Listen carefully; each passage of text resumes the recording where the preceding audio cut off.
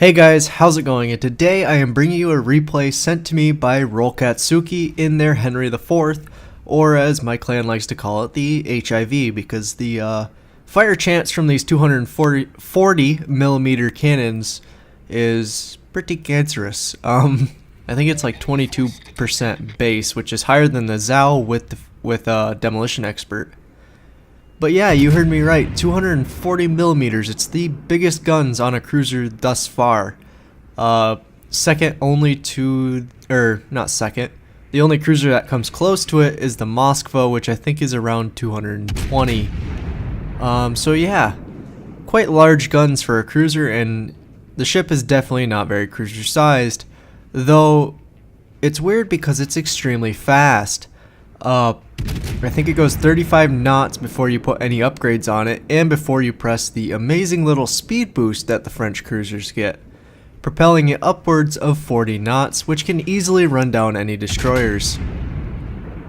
Bad things about it, as you can see right now, Rolkatsuki, you can see it with just the shell flight times, they're not very great.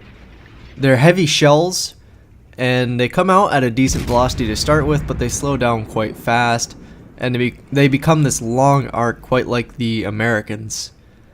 But these cruisers are actually tankier than they look, at least if you get them at the right angle, because they do have spaced armor. Other than one little spot under the turrets in the front, they're quite heavily armored against most types of rounds. And as you can see, first shells landing on that poor Kagero over there, just getting demoed by all these destroyers and Rolkatsuki's long range fire. And of course, there's the fire chance coming into play as that destroyer goes to the bottom. And this replay is kind of slow at the beginning, but I promise as soon as that cyclone hits, it really picks up. And if you're really wondering about the playstyle of this ship, it's a lot like the Moskva. It doesn't have those super low arcs that the Moskva has, but the playstyle is a lot of sit at longer ranges, duck shells, go bow on if need be. Ooh, that poor destroyer right there has been caught out in the wrong place. Ooh, 4,000 damage. That is not good for him, I should say. But as I was saying, playstyle is very long ranged usually. The speed's usually used to keep you maneuverable, keep you agile, and keep you at range. It's a lot of long range HE spamming mixed with armor piercing when something goes broadside. These do have quite good armor piercing rounds on them, as Rolkatsuki will show later in the replay. They're heavy like the American shells, so they will penetrate quite well, but they don't have the auto bounce or anti-ricochet. I don't really know what it's called, but it doesn't penetrate at the angles that American shells will. So they're not going to penetrate like Americans, but if you get a nice flat broadside, they will utterly destroy something, and it is just impressive to watch. Now Rolkatsuki has decided that this Baltimore's been around in that cap for far long enough, and is now starting to pepper them with high explosive rounds. The 10-second reload should make it so that if a fire does get set on that Baltimore, another one will quickly follow them up as soon as a damage control is used. For now though, Rolkatsuki's content to be pushing that Baltimore out of the cap zone and making it so the destroyers can quickly get in there and take one of the caps in the game, because Rolkatsuki's team's not doing too great. They just took their first cap, which is Bravo, but it's costed them 2 ships, and they're down about 150 points. Of course, with how the enemy team's playing, these destroyers aren't going to be long for the world. Ooh, those were going to hit, but it looks like the destroyers were quicker on the trigger. But the enemy team's lost 4 ships, so it's keeping Rolkatsuki's team in the running, but they desperately need those cap zones. So back to shelling the Baltimore, there's an Alabama sitting way far out. That's not too much of a threat anymore. There's another battleship closer to Bravo, but looks like that Yamato has designs on something other than Rolkatsuki at the moment. Not really getting too many good hits, which I'm surprised by. I found the French cruisers to be fairly accurate, but it might be that changes with these 240mm. Or it could be that they're so accurate that any little mishap is causing them to, you know, go off course. There's pros and cons to accuracy at all times. But there's a fire. That's what we were looking for. Burn, Baltimore, burn. Too soon to say that? Probably not. But it looks like the Alabama has kind of turned its attention to Rolkatsuki, which is, you know, it's not bad news at all, because Rolkatsuki is fairly well angled to it. But if it does hit Rolkatsuki in the right spot, it will end badly. Of course, it looks like the destroyer fire is chasing it off rather quickly. Cyclone is starting to roll in, visibility slowly starting to drop, and that Alabama won't be much of a threat in a little bit. But we will see more of him, and it won't be a good situation, I can tell you that much. For now, attention back to the Baltimore. His radar is still a problem, even in a cyclone. So I think everybody's starting to focus this guy down, trying to keep him out of the cap zone so the destroyers can take it. And Rolkatsuki really hasn't taken much damage yet. A couple overpens from battleships, but nothing too major. Fairly content to sit at range so far. But engine boost has been activated, and it looks like Rolkatsuki is heading in to hunt down that Baltimore. And just look at how fast the ship speeds up now once you activate that. Once you activate that engine boost, these things just fly. And they stop quick too, which is a really good plus to throw off battleship aim. I've done it a lot where a battleship won't realize that I've suddenly switched from going forward to going in reverse. And they'll just shoot in front of me. It's quite interesting to watch, and it wastes a good 30 seconds while I'm on the Charles Martel at the moment, which is why I don't know a lot about the Henri. But it's why I survived so many games, I guess. I guess I just lost my train of thought there. But we are going to be running into this cap. The destroyers have taken it, and we're going to be pushing towards Bravo because it looks like the enemy team is trying to force that. Now the Henri has, I believe they're 9-kilometer torpedoes, and it has 4 per side. And they're fairly decent. They're quite like IJN torpedoes, except with a much better firing range. Or firing arc, I should say. And it comes as quite a surprise to a lot of battleships who are used to fighting Moskvas without their torpedoes. But will those find the Alabama? Maybe, maybe not. Really, they were just fire and forget. But we're approaching the smoke cloud right now. Sonar has shown nothing to be in there, at least yet. And Rolkatsuki is starting to push into Bravo. Now, what will we find in there? The enemy team's got 2 battleships, 2 cruisers, and 2 destroyers left. And, well, there's a Donskoy. Definitely not the best cruiser to see right now. Especially with a Missouri right behind it, looking the other way, thankfully. Oh, there's a destroyer too. Just a little clusterfuck in there. Now, a couple shells launched in, nothing major hit, and oh shit, there's the Alabama. Now, Rolkatsuki's in a pinch right here. Missouri, Donskoy, Yugamo right behind. Alabama right in front. This is a cruiser's worst nightmare. But incoming shells. Oh, they didn't do too much. Spaced armor for the win. But this Alabama feels the need to be broadside. There's 2 citadels for I think 14,000 damage. And yeah, we're gonna reload first. Yeah.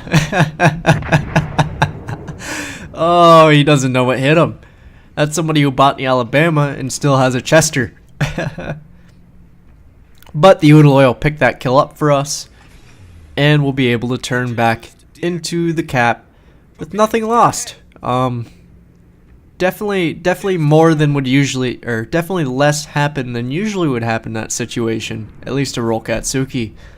Most of the time a battleship, or both battleships I should say, and that cruiser would have just shot the living hell out of the nearest ship. But I think something was distracting that Missouri, and now the Donskoy has decided to make an appearance. And Rolkatsuki had reloaded the high explosive expecting the Yugamo, which does set the Donskoy on fire, but That could have been easily half or more of the Donskoi's health. But that Donskoi, unless he does angle in, will have to come around that corner broadside, and without torpedoes, I do believe. So what do you guys want to bet? Will he come around the corner broadside? Is he smart enough to angle? Ooh, he did kill the Yugamo. Is he smart enough to angle though? He is angling up a little bit. Come on, Frenchie. Ah, no damage. That's that non-auto bounce. Should I say that? I don't know. Non-anti-bounce of the French cruisers. Ooh, he did have torpedo launchers. Turn in, turn in, turn in. Come on, Frenchie, dance. There's some hits. No citadels. Dodges the torpedoes quite easily. Will we get a hit on him though? Looks like he's having just as much trouble with the AP. One torpedo hit on his stern. Armor piercing finishes him off with 3 overpens. Jeez, that was like War of the Overpen fight right there. Neither cruiser actually wanted to citadel the other, which is quite surprising, seeing as both of them are fairly lightly armored, though the Henri kind of had the advantage there with its spaced armor. But definitely with that Donskoi being mostly broadside, I expected at least one citadel. Either way, Rolkatsuki once again coming off with very little damage, and lots of damage done to boot. Now this Kafurs doesn't seem to realize that being broadside to that Missouri isn't the best idea. And he's not getting a lot out of it. Ooh, there's Rolkatsuki's counterpart, who definitely doesn't have as much health as Rolkatsuki. Armor piercing's loaded, empties that down range, and it all bounces. That's that penetration right there. But that Henri has decided to go broadside. HE was already loaded, empties that, switches back to high explosive after the 4K damage is done. Will that... Ooh, Missouri didn't quite kill it. Destroyer didn't kill it. Will Rolkatsuki's armor piercing? Yep, Rolkatsuki aimed a little bit upward to take it in the superstructure and successfully sinks the remaining HP of that enemy Henri. That torpedo's gonna be close. Ah, damn it. Oh well. There goes Rolkatsuki's damage control. Still not worse for wear. I'm not exactly sure what the torpedo defense is on the Henri, but just based on that torpedo damage, unless that destroyer, you know, doesn't have strong torpedoes, it didn't do a whole lot, which is quite surprising to me, to be honest. Usually torpedoes just completely screw over cruisers. But that Missouri is still lurking around. 2 versus 4, Rolkatsuki's team has turned it around, at least in ships, but they're definitely still down on points. That destroyer's doing a good job of getting into B, and now Rolkatsuki's following it up, but they're really far down on points, and if they're gonna win, they're definitely gonna have to sink these last 2 remaining ships. And it doesn't seem like the Kafurs is too keen on coming out, and that Udaloy definitely won't be doing much either. As for what the other cruiser on Rolkatsuki's team is doing, I'm not entirely sure. There's a guy getting salty in chat about it, which is kind of entertaining to read if you guys get bored with my conversations. But, yeah, not entirely sure what he's doing. Now the question of the day is, where is that Missouri? He's obviously not coming back into the cap zone because there's a destroyer here. And must be his radar's down because he's not pushing it. There's a smoke screen up there. Will he be in there? Will he have looped around that whole island? Will he have backed up? Will he be right on the edge of cap? There's torpedoes from the destroyer. Dodges those. There's the Missouri angled up, and guns are ready for Rolkatsuki. Light damage. Destroyers firing on Rolkatsuki. The Missouri doesn't seem to have an angle for the front guns, but he is turning his ship. Rolkatsuki, of course, loaded the HE again. 2,000 damage done to the aft of that ship. Not quite broadside enough for the armor piercing to work. So, HE loaded, fires it into the superstructure, and takes out the remaining HP of that Missouri. Now, that destroyer was shooting at Rolkatsuki, and destroyers aren't known for having very long ranges. And we're in the one cruiser that is very, very good at running down destroyers. Yeah, I don't think he knows that this cruiser is faster than him, especially with Rolkatsuki having the speed boost on. So 40 knots, heading straight out of the cap zone, straight after that poor last standing destroyer, looking for the last kill of the game. And there he is. Surprisingly, it's an Ogdevoy, so that would explain the torpedo damage from earlier. There goes his steering, 2,000 damage done. Now we're just going to play with him and take off the remaining parts of his HP. And the poor guy has to turn to be able to get his front gun around, and he's just eating damage from Rolkatsuki's shells, which are almost as big as his ship.